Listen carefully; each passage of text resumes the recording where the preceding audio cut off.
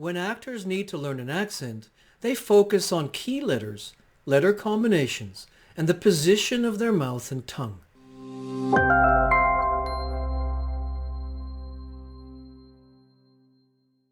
Accents can make understanding someone difficult.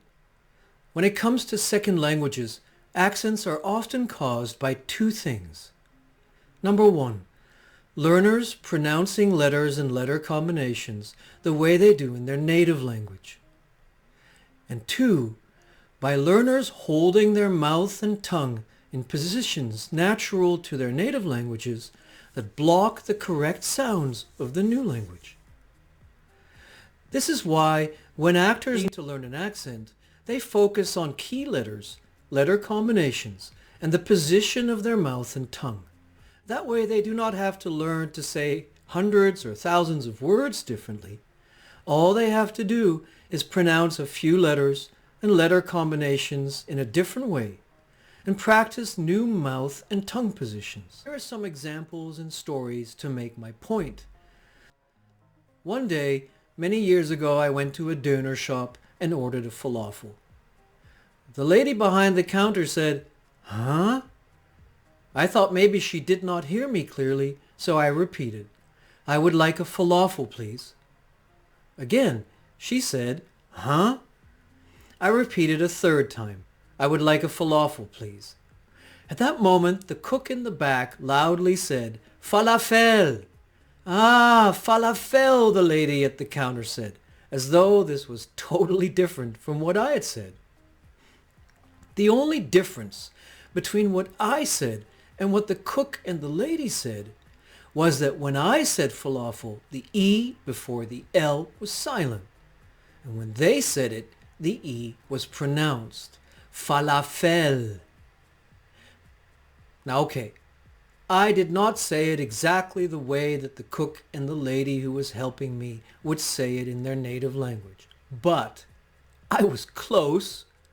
The only difference was one letter. And let's not forget the context.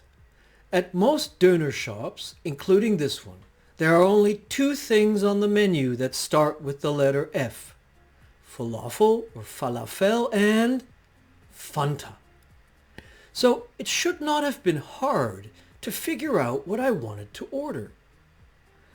But something happens in the brain when the sounds we hear are not the sounds we expect. We tend to shut down.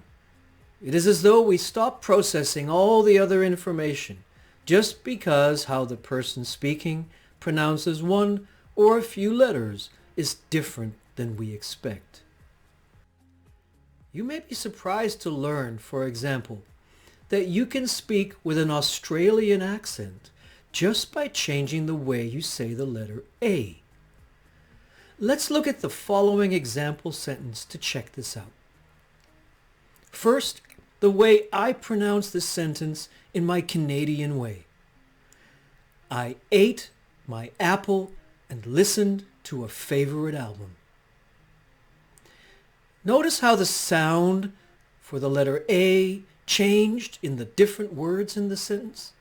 I ate A, my apple, a, and listen, and to a, favorite, a, album, Now for some reason when people moved to Australia from England, Ireland and Scotland, somebody decided to always pronounce the letter A the way it sounds at the beginning of the alphabet. A, B, C. You try it. Read the sentence out loud, pronouncing every letter A the way you do at the beginning of the alphabet. A. Pause the video to try it out. Did you sound like this? I ate my apple and listened to a favorite album. If you did, cool.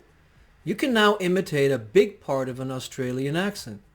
If not, have some fun by reading any text out loud, saying the letter A the way you say it at the beginning of the alphabet. Here's another example. This time, the accent is not the result of pronouncing just one or a combination of letters differently. This time, it is the result of the position of the tongue. Try this out. Hold your tongue at the bottom of your mouth with the tip touching your bottom teeth. Once your tongue is in position, say the following sentence. Pause the video if you want to try a bit longer. Sounds strange, right? Holding your tongue in a different position changes all the sounds you make. Now try this. Put the tip of your tongue against your top teeth and slowly slide it along the roof of your mouth 2 centimeters towards the middle of your mouth. Make sure your tongue is relaxed in the new position so that it can easily move up and down as you speak.